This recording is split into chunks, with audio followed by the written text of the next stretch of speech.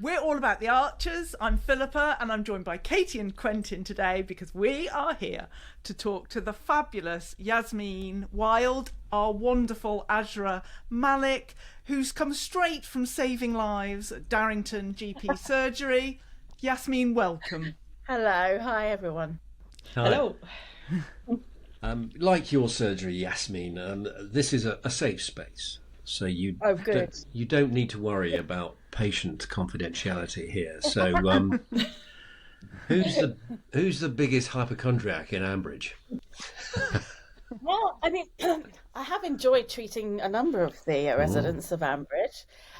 It is interesting because, like, sometimes there's some bigger storylines, like with Holly, you know, with the alcoholism. Sorry, well, I'm calling her Holly now, Alice. You know, some of those. But there's also people. I had a really funny scene, which was just very quick, with Paul, played by Josh, where he came in with a delicate, a rather delicate itching kind of rash. Oh yes. And we just could not stop laughing. This is quite early on in my Ambridge time, so I think it's the first time I'd ever met him. Yes. And it was very much sort of, you know, pop your trousers down. I went, ooh. And there was this, the first thing when she said, pop your trousers down, and then Ness is behind us rustling these pair of trousers. And then she had to go, oh, yes. And it was like, there were so many ways of doing it. I was like, is it, oh, yes. oh, yes. You know. And we just got the giggles because it was silly. But that was not so much hypochondria. I mean, I haven't had, Lindisdale came in and I gave her some cream for something, but we never ascertained what that was. I just said to her in the shop, hope the cream worked, which I thought was quite indiscreet of Azra, really. Yes. I was going to say, Paul, and I'd forgotten his rash scene with you. So there you go. Great minds. I got a lot of messages from friends afterwards going, I've got something I want to show you. Pop your trousers down. But yeah, I know it was a lovely little story. And, you know, can I just check with you? We're not talking about method acting here, are we? Well, no, I was to know, are we actually going to do this? And apparently not. I mean, it takes a while because obviously I haven't been in it that long in the whole scheme of things to get used to certain things that you don't have to, everything's done to the mic. So when you get close to someone, you're really getting close to the mic, and when you're hugging someone, you're sort of hugging yourself, or sometimes they come into you, but you know, and you're kissing your own hand and that sort of thing. So no, there wasn't much interaction there with unfortunately I didn't get to see anything. No, sorry, I can't divulge. So thinking about when you just arrived in Ambridge, had you listened to the Archers before? And so do you think it was easier if you had or hadn't? Do you think it's easier coming in as a new character, whether you do know about the characters or not? Yeah, I think, well, it's a bit like moving to somewhere. Like I live in Cornwall, I've got married to someone who's from Cornwall. So I've lived here 20 years, but Ambridge reminds me so much of Cornwall because when I moved down here, you know, if you ever my kids were at the school, if I were ever having a little moan about one of the teachers to another mum, they go, oh yeah, that's my dad, or, you know, oh, that's my cousin, oh, I'm married to, you know, they all know each other, and Ambridge is exactly like that. So you finally go, oh, are you guys cousins? Oh, I get it.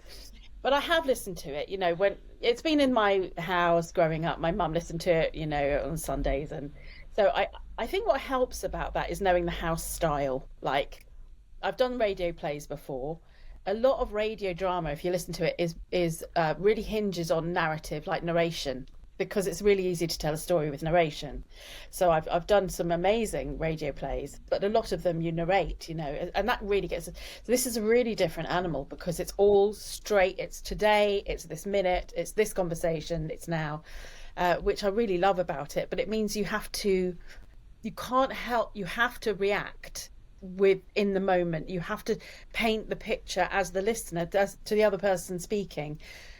Because when I went in, I thought, I'm not going to do lots of sighing and stuff. You know, there's all this cliche about it in the Archers. It's all, oh, well, I've had a terrible day. But actually, you kind of have to, because you're painting all that picture in the moment. And your breath is so much part of your reaction. So I knew that, and I'd heard that a lot. And And I do think there's some amazing actors in The Archers, and and there's such an amazing array of stories that you'll go. It's like the One Show, go from tragedy to now for something really silly, And so I understood that you had to be able to flip on that pivot on a coin and just be able to just change it in that way. When you first started, it was September 23, I think. That's when I started recording, yes. Yeah, almost 2 years ago now. And we heard you talking to Ardil. At that time, we thought maybe you were just a temporary character, now very much permanent. Did you have any idea when you started of how your character was going to progress? Not really. I mean, we had this party. Because I joined around the time of, now you'll be able to tell me what number it is. It was a big event. It was the 20 somethings episode. Can't remember what the number was, but anyway, there was a party just after I joined. So I actually managed to go to this thing, and I met a lot of the writers, which was really unusual because we don't see the writers very much, and probably they keep us away from the writers, or we'd be going, I think this should happen, But I managed to grill a few writers because when I got offered it, I really didn't know much. I hadn't even auditioned because I had worked with one of the producers on a play in the 90s, like years ago. I'd done The Blue Room at Worcester at the Swan Theatre with Kim, who's now, really high up, a producer on it. And she'd remembered me, and bless her, she kind of got me in, and she knew I'd be right for Azra. I don't know what that says about me, but anyway, so I met these writers, and I was sort of, oh, well, do you think? And a few of them said, oh, yeah, I think she's got 2 kids, and I was like, well, if they're thinking about kids, that sounds promising, and I didn't get much info before I started. I really didn't. I knew that she was Ardil's sister, and very, very basic information about, and because of his accent, I thought, well, I'll stay with this accent, and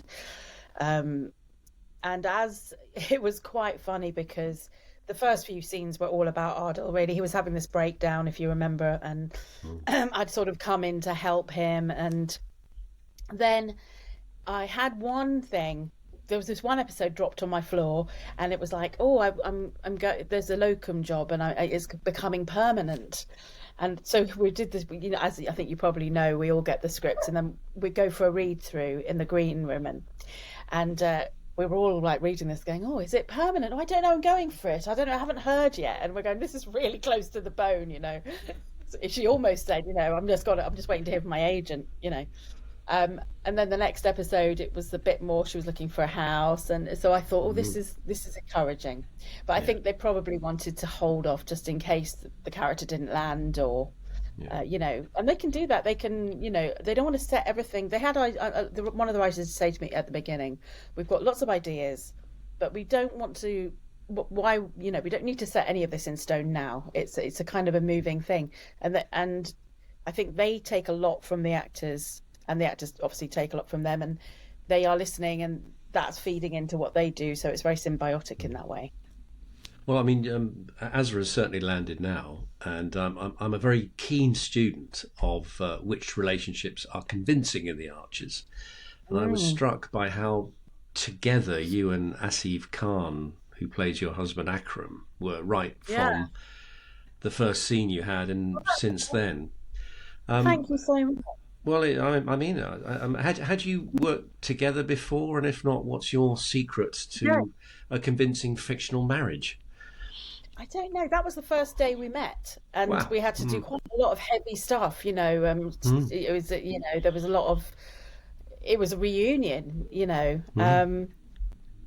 I don't know. I think it's really nice to have experience and be a little bit older, so you're not embarrassed. When you're a bit of an older actor, you're not thinking, oh, I don't know, do I fancy?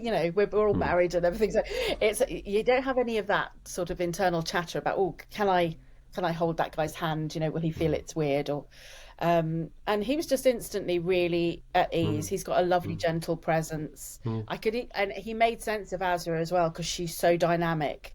And it was so lovely having him come, because you could feel that he's the gentle, soft, solid one.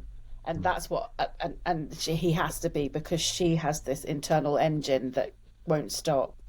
But it was also the two of the kids. Like when we cast the children, or I mean, I wasn't very involved. I was a little bit involved, but I just the first day I worked with them, I was just like, I love these. God, they're so lovely, and I could feel this because the characters are written so well.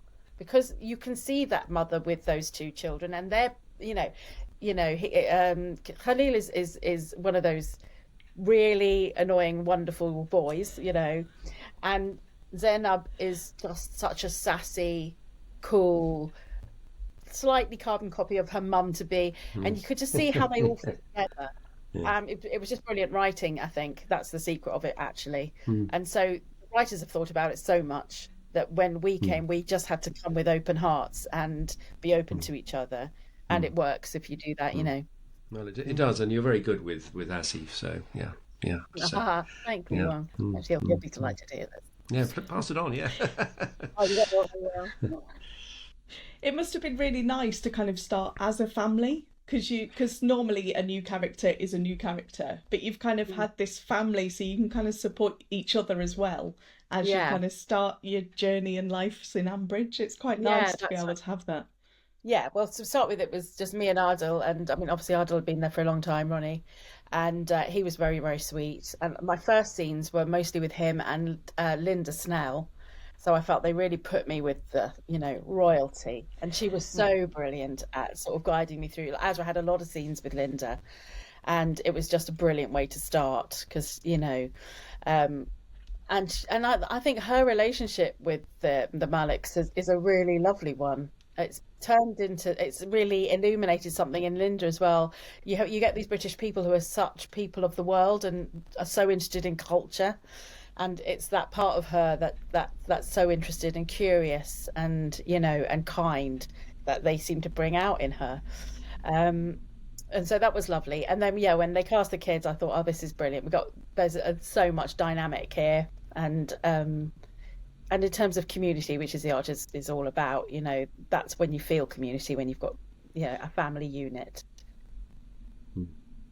Yeah, it's fab. And you had the very interesting scene fairly recently of the sewage incident. What? I know. What did you think when you heard about that?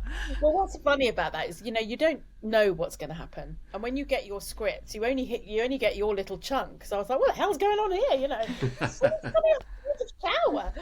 And I didn't know the whole context. I had no idea what else and that was before there was some of the stuff about Borsetshire water, which is very hard to say, by the way. I had to say Borsetshire water so much, and every time I had to say drop 10 takes. But no, it was hilarious. I was reading this going, God, this is interesting. This is like tsunami of sewage. And I wasn't sure if it was a... Yeah. No, I just saying I wasn't sure to start with, is this a comedy story line or not? I couldn't judge the pitch of it until I came and said, when you turn up and obviously you can talk, you get a chance to talk before, and I got a sense of what else had been happening, so I could sort of work out where we were in the whole thing. Unless he turned out to be quite a big, quite a relevant and big story and quite a serious story, but with comedy elements. Yeah. Sorry, I was going to say it was dubbed Poonami, of course. You probably heard about that. Yes. Now we need to go back to the kids. We need to talk about Zainab. Why? You have on this panel one staunch defender of Zainab and two who are not such big fans. Really? What's her problem? I'm never sure if she's going to be considerate and kind or just downright rude. She's very, very blunt, isn't she? Rude, she's very blunt. blunt. Yeah. She's really young. Like she's basically an older teen. She's done her A-levels. She's having a year out, and she's been pulled from pillar to post. She's got a very forthright mother, and she's really blunt, but she's incredibly kind and incredibly thoughtful. And she's a bit like Azra had to do with Ardil. She's had to be an older sister to quite a vulnerable younger brother. And it's kind of made her have to grow up in a certain way that she wasn't maybe ready for. but yeah, she's one of these people who starts off prickly, but underneath that there's layers of kindness and lovely gorgeousness. Yes. And I think those people are so much more interesting than the other way round. The people who start off lovely. I mean, those are also interesting to play, actually, who the ones who are just, just delightful and charming. But, that's my dog, by the way. Here he is. Yes, we just said. Gorgeous. Just take your time. What's your dog's name? Sorry. Pip. No, Pip. He thinks I call it that. Sorry, did you say Pip? Pip. Oh, yes, I know. And that's he wasn't named after the archers. Very suitable name. My theory about Zainab is she's obviously very bright, very smart. Yes. And her mum keeps having a go at her, saying, "What are you going to do with your life?" And so she pushes back from that. I mean, she's at a bit of a loss at the moment, I sense. She's sort of wandering around a bit. She's trying to find her direction, isn't she? And I suspect you as parents are worried she's going to waste her talent and her abilities. And there's a lot of that going on, isn't there? Yeah. And defending her brother. Yeah, defending her brother. I think I've got my criticism of Azra is, as a mother, she doesn't give her children room to breathe. And she hasn't. So she's so driven herself and manages everybody. And I think with Zainab, she's that hasn't given Zainab the room to really self-explore, because she's so busy combating this force of nature that is her mother. And I think children of that age really do need, if they don't have that space, then I think they can really, they can end up just in this fight and without really listening. So I think that is a bit of a symptom of having this really powerful mother. And as you said, they're very similar in that sense, aren't they? They're going to clash. Yeah. Yes. Yeah, I think so. Yeah. And also having Khalil, who's who, as we then found out, had leukemia, which none of us knew when he first joined. And and that was getting those scripts was quite sort of, oh God, and actually does explain some things as well. And I think they'd obviously had it in their minds all the time, but they hadn't told us. I think, yes. So I think be kind to Zainab, because I think she's going to end up being one of those. I mean, Linda Snell's a bit like that as well, isn't she? Oh, she has her moments. She has her moments. Yes. Yeah, I think some people get a lot done being like that. Yes. Yes, Philippa and I fell out big time over Khalil and Linda's first meeting, but different interpretations. Yes. But, is this the llamas? Yeah, when they first met. Yes. Oh my goodness, it was so. It split the room. I think that scene, yes, which is really? sign of a good scene, isn't it? Yeah. Well, I loved it because I thought it was a very clever way of addressing something that the writers must have thought, how are we going? Because you don't want to make the Archers a sort of polemic, but you also won't get characters of an Asian origin who haven't encountered that stuff, who just doesn't, everyone will have. And so it's not authentic to say this doesn't happen. And it was quite nice to do it in that way, with a character who wasn't being malicious, or who didn't even know she didn't even know that she had a prejudice in her. And it was quickly resolved and quickly dealt. But it was just a very light way of saying, we're not ignoring this, by the way. We're not saying everything is sort of flowers and roses. But on the other hand, this is how people can move through these conversations that go wrong. We can always come out of them. So I thought it was really clever. Yeah, really well done. So if you didn't know about the leukemia storyline, did that kind of change how you dealt with Khalil afterwards, kind of knowing that a little bit more underlying? Do you think you maybe played it slightly differently with him? It's very interesting. Like, if I had known that from the beginning, would that have changed anything? It might have changed things a little bit.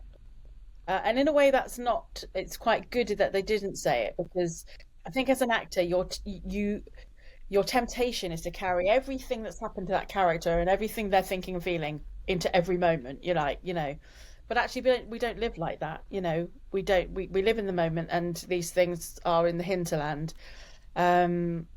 And in a way, it was nice to unpack that a bit later on. I mean, it was always sort of in the DNA of the family that he was vulnerable and that she was overprotective of him, and you weren't quite sure why.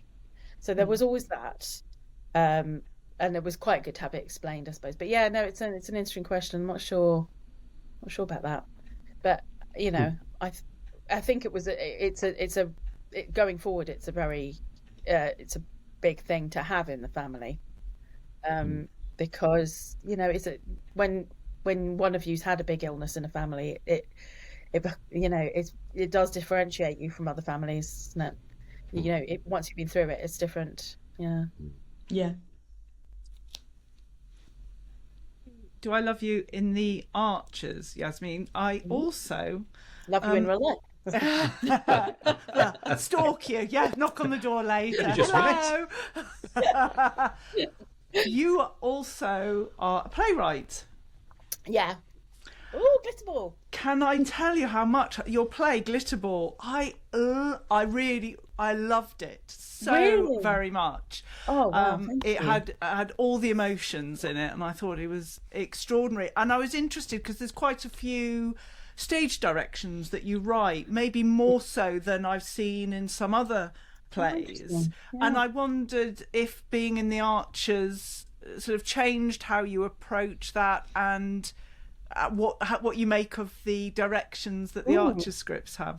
Well, it's very different because obviously on radio, the stage directions everything's about clarity. I suppose when I wrote Glitterball, I think like a lot of writers who come from acting, I probably wrote too many stage directions because I'm like, this is how I would do it, you know. Yes. And I actually cut most of them out, you know. Anything that's, you know, emotionally like telling the actor how to do it, I cut all those out. But that's an interesting question. Obviously, I wrote Glitterball before I did the Archers, it's and there's lots of things about it's about motherhood largely. I think if doing the Archers, I think it would really help if I wanted to write, which I've often always wanted to write a radio play. It would definitely help me with that. It is quite a different medium because it's not visual. So, and that's what's beautiful about it. So much of it can live in the imagination of the listener. You really don't want to be too prescriptive. Like we had a scene where, I don't know if you remember, Jakob ran over a cat. And Azra was in the car behind, or was behind, and saw it. And we went to the surgery. And in the scene, I was like, "Oh my goodness, is that Hilda?" I feel like because I was supposed to be looking after Hilda. And there was a line in it, something like, "Oh, she's black and white like Hilda is," or something. And there was all this sort of panic. We can't say this because we haven't said what Hilda is. And so half the people will think she's ginger, other people think she's silver, you know. And I think that's really interesting.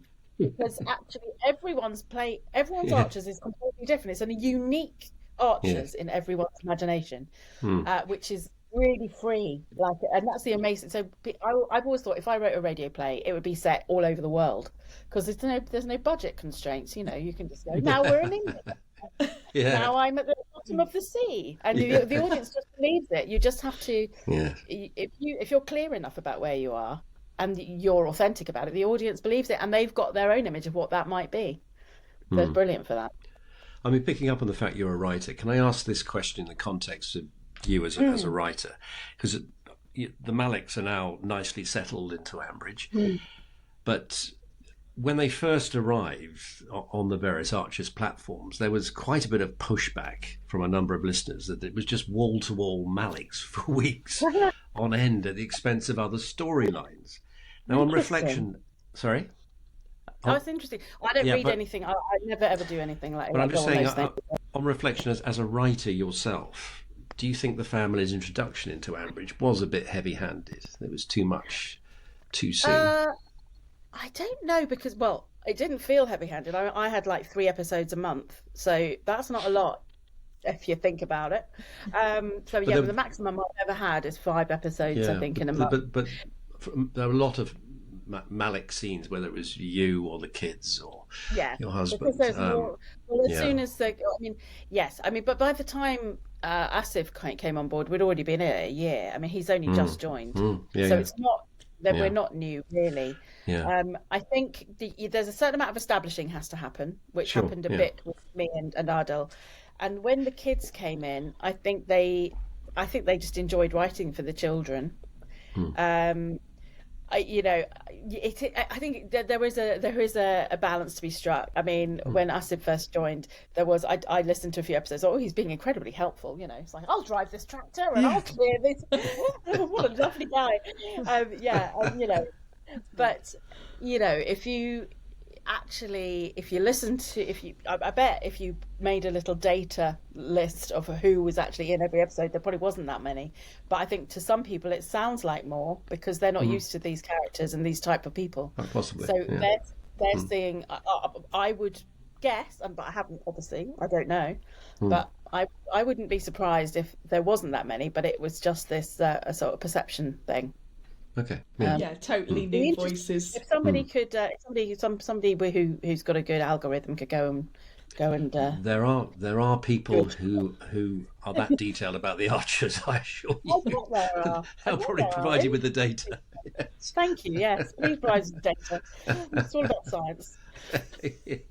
Yes, but as I said, I was just curious as to what you thought about that as a writer who has to construct plays and so forth yourself. It's hard to turn your writer bit off, but I think as an actor, you are always writing anyway. I mean, actors are, you get obviously the writing is brilliant, and then you will be editing it, and there is a little bit of leeway with that in the room if you think Azra wouldn't say this, or I haven't hardly ever had to say that sort of thing, but and I think most actors would make quite good writers in terms of dialogue and stuff, but in terms of structuring, I think that's probably the weak point for actors when they start to write plays, because looking at the big picture is not really your job as an actor. You're looking at your own, who you are and how you affect other people, how they affect you. Yeah. Have you been tempted to kind of wangle your way into the script writing and become the first person to do a bit of script writing and then acting it all and everything? You say that. I had a friend over at the weekend who's a writer and has worked at BBC Radio, and she said you should ask them to join the script writing room. And I said, well, for a start, they wouldn't let me because it'd be all. They really would be all Azra then. Every episode, set in surgery. But yeah, it's quite hard to have two hats. But I would definitely, further, because I'll get to know it so well. I mean, definitely down the line, I'd love to have a go at writing an episode. It'd be brilliant. It'd be great. Yeah.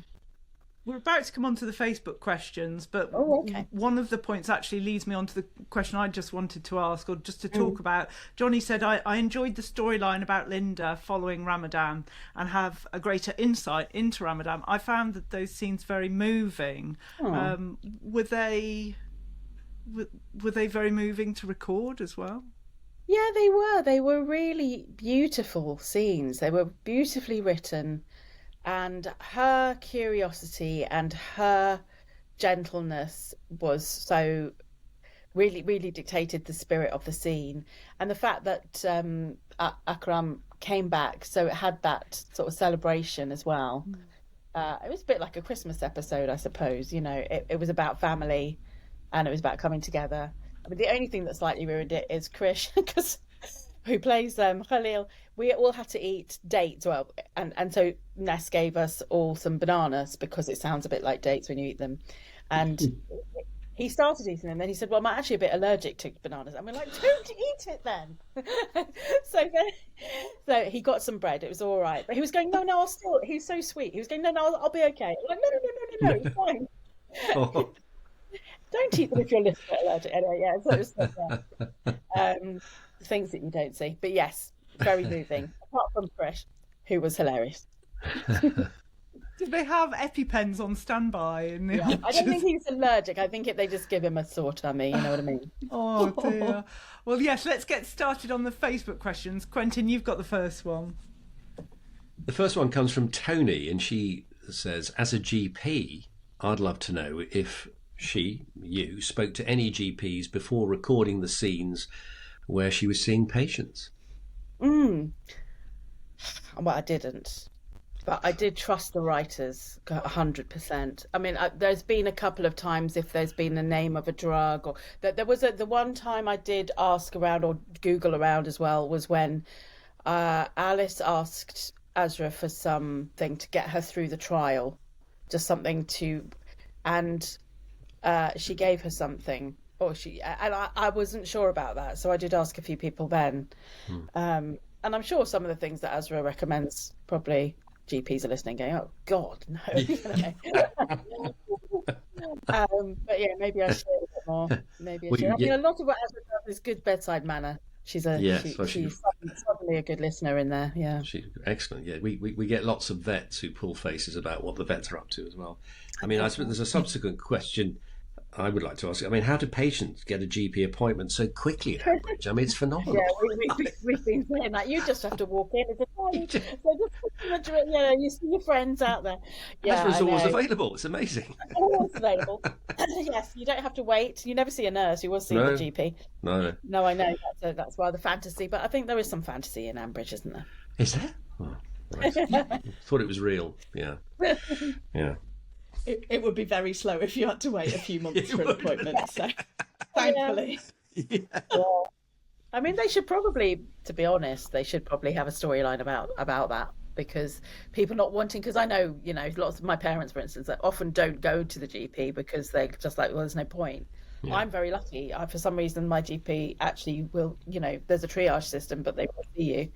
So I do. It's one of those lotteries, isn't it? Yeah, exactly. I've got a question from Sally, and she said, you sound like a very good GP. Is there anyone in Ambridge you find annoying and wouldn't want to see as a patient? All of them. Justin. Oh, I think that would be a lovely thing, though. Because I think Justin and Azra have a certain similarities. They're very honest, open. We had a really great discussion about how he should sort out the sewage in my house, and I think she was very abrupt with him. Yeah, but actually, great. I think if Justin came to her as a patient, those two hotheads, I think that would be quite beautiful, because I think they would both know. I'd love you to confront him again about the sewage. I was cheering you on during those scenes. I really was. Yeah, she got feisty, didn't she? Brilliant. Yeah. The next question is from Bridget, who is asking if you think that Azra is planning for the children to have arranged marriages as well. Well, that's really interesting. I don't think so. No, I don't think so. I think if they wanted, to be introduced to people, I mean, it's very rare to have what you might think of as an arranged marriage, where you don't know someone and you're put together with someone, you've got no say in it. I think most of the time it's like, do you want to, should we hang out with this family? Do you guys get on? I think she might do some introductions if she felt, but I don't think she doesn't think, she's a career woman, and I think she wants Zainab to get a great education, and I think she wants Khalil to just live a happy, strong life. I mean, maybe he needs a wife more than Zainab would need a husband. No, I don't think so. Okay, I've got two Ardil questions here, so I'll ask them separately, okay? The first comes from Andrew, and he says, I want to know when your beautiful voiced brother is returning, and if you have any insight into the ambiguous story of his partner. I don't know when he's returning. I know that he had some theatre work and stuff like that, and also he'd had this big storyline. So he went to Pakistan, and he's having a sort of epiphany out there, getting close to nature and things.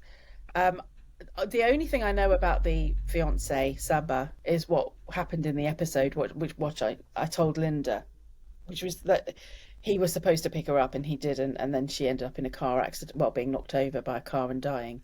So he's got this great guilt. But no, I don't know any more than the listeners do, and I think that's I'm picking up that that's the way they operate. They don't tell you a whole load of stuff that the listeners don't know. You sort of know what the listeners know. So I'm not sure when he's coming back, but I know he will come back. Right. You sort of answered some of this from Angela now. She says, hi Azra, where is Ardil now, and can you please ask him to return to Ambridge soon? He's a great character and is missed. Oh, that's lovely. Well, I hope he does come back soon. Yeah. Just I tell have him good on your knowledge. next phone call. I Yeah. will. Send him a postcard. Yes. Yeah, no. I've got a question from Ruth, and she said, could she, Yasmin, imagine living in Ambridge? I can actually. I grew up in Cambridgeshire in a village. It's not, it wasn't massively farmy, but my school was full of farming kids. And so, yeah, I grew up in a small place. We were probably I think we were the only, certainly my only Asian family there. I think there might have been one other family of colour in the 6 mile radius, So I do, yeah, no, it's very familiar to me, that sort of place. And I do really like communities where you have that sense of people all knowing each other. So yeah, no, I can. I think that's nice. It's a nice place to live. Yeah. The next question is from Nicola. And usually, Yasmin, I'm often talking about biscuits and what characters' favourite biscuits are. And I didn't ask. And Nicola says, in case Philippa doesn't ask the vital biscuit question, what would Azra's favourite biscuit be? I think Azra is a no-nonsense chocolate digestive because she can dunk it and she can have it at work. And she might get a bit chocolatey on her fingers, but I think she could cope with that. I get the feeling she eats a lot of biscuits, actually. And she's always buying chocolate in the shop. I mean, she seems actually to have a bit of a problem. Yeah, so she's a chocolate digestive, I would say. Brilliant, thank you. Milk or dark, Yasmin? Oh, definitely milk. No. Yeah. Good. Absolutely. I think we sort of touched on this, but Vanessa would just like to check. Did you listen to The Archers before joining the cast? I sort of did, but not. I wasn't an avid listener. I wasn't someone who had to listen every day. I would have it on in the background sometimes, but no, I wasn't. You couldn't call me a proper listener. Not like your fans, who probably know more than anyone. Yeah, but you're sane and we're not. I didn't say that. So my next question from Nikki, do you foresee any family pets in the near future for Khalil? And in real life, if you could adopt any animal, what would you get and why? I mean, we've seen Pip, so Pip. does Pip need a friend? A cat as well. I think I wanted Azra to adopt Hilda because I thought it was like the Odd Couple, wasn't it? And because she's not naturally good with animals, she's good with people. And I think she really needs nature and she needs animals in her life. So I think Khalil he will definitely get a pet of some kind. He's one of these boys that likes schemes, money making. I don't know what he'll do, but I think they'll get a cat. I get the feeling, and I think she'll love it. Yeah, I think so. I can't remember what the rest of that question was, but yeah. Just if you could adopt any other animal in your family. Oh, I mean, I love all animals. I would love a cow. Oh, I love that. Those videos you get on like Instagram of these people with cows and they're loving their cows, they hug their cows and the cow. I mean, they just look, a lovely cow. Love that. Perfect. Next question is from Richard, who asks, if you weren't playing the role of a GP in The Archers, what other job do you wish Azra had in Ambridge? Wow, that's good, isn't it? Let me think for a minute. I mean, Azra is the kind of person who would always have she would have a high-powered voice, an intellectual job. She's a doctor, lawyer, accountant type person. I mean, there aren't many lawyers in Ambridge. I think she'd be a very good social worker. And I think she'd be a good community worker. Yeah, I think she'd always be in something like that, something where she's helping people, something where she's interacting and improving lives, not in a worthy way, but she likes to manage and get things done. She got lumbered with the bookstore once, so I didn't know if opening a bookshop. Yeah, she wasn't a big fan of doing the stalls. Was she? Yeah, no, I think people coming to talk, like chit chat, is her idea of hell. But if she can go in and help somebody and sort out an issue, then she's fine. I mean, she'd make a good local politician. I can imagine her becoming the local MP. Very good. Yeah, good. Yeah, I did think Azra might have lost Philippa as one of her favourite characters, given that Philippa, as you can see, has no interest in books. Yeah, But she's still on your side. she might try and read a book, but she would fall asleep immediately. She's one of those Yes. people who would like to be on her face, Yes, I like that scene when she resisted having to man the second-hand bookstore. But she ended up quite enjoying it, didn't she, in the end? Yeah, that's the thing about her, though. She's got lots of resistance to stuff, and then she realises it's fine. Yeah. Yeah. Okay, Gillian asks, would you, Yasmin, go off for a solo spa day on your wedding anniversary? And Definitely. Sorry. did you, Azra, not think it was odd to be sent off by yourself? Well, I mean, the kids explained it like they could only afford for one of us to go. And, Akram isn't the kind of person who'd enjoy spa day. I think she did. She kind of did it a bit against her will, didn't she? She was a bit like, oh, okay, okay. Yeah. But no, I think she just thought the kids had done something nice for me, and I mustn't say no. And I would, to be honest, my husband wouldn't mind at all if I went off on a solo spa day on our anniversary. No, he wouldn't mind that. Anything that made me nicer in the evening, I think he would be happy for. Right. I'm noting that down. Yeah. So, heading back to the surgery, I've got 2 more questions about the surgery. So, The first one's from Max, and he said, hello, Yasmin. Which Ambridge resident would you most like to treat at your surgery, and for what? Oh, most like to treat. Quite like to treat Alistair, the vet, because I think Azra and Alistair would have a little frisson. Ooh. That's not the right reason to want to treat someone, is it? Yeah, it's fine by us. It's good drama. I think, no, I think it's interesting treating other medical professionals. I think that would be an interesting dynamic. I mean, I wouldn't want any of them to need to go to the doctor, really. I did enjoy my scenes with Alice. I thought they were lovely scenes, and also I had some nice scenes with Helen when she was going through Rob stuff and she wasn't eating. I think for Azra, those are the patients that she really, she connects with most. She kind of, there's something about her. She's not at all sentimental, but there's something very warm about her and able to be there for fragile people. Yeah. I think she's a great doctor. I'd go and see Dr. Malik. Yeah. I would, yeah. I agree. Good doctor, yeah. Yeah, definitely. And my second question's from Brian. Which character would you like to investigate the medical history of? Oh, well, Linda's got a lot of stories, isn't she? Yeah. Linda's got a lot of stories. I think Joy's a deep well of past. Yes. I mean, I'd like to have some therapy sessions with Joy and see whether I can help her at all. There's a lot. She's been through a lot, hasn't she? And I don't think Joy's ever done that thing where you go and sort of look at why you behave that way or what happened to you. And so I think, she would benefit from some investigation by Azra. We'd all be there to hear that, I think. Yeah.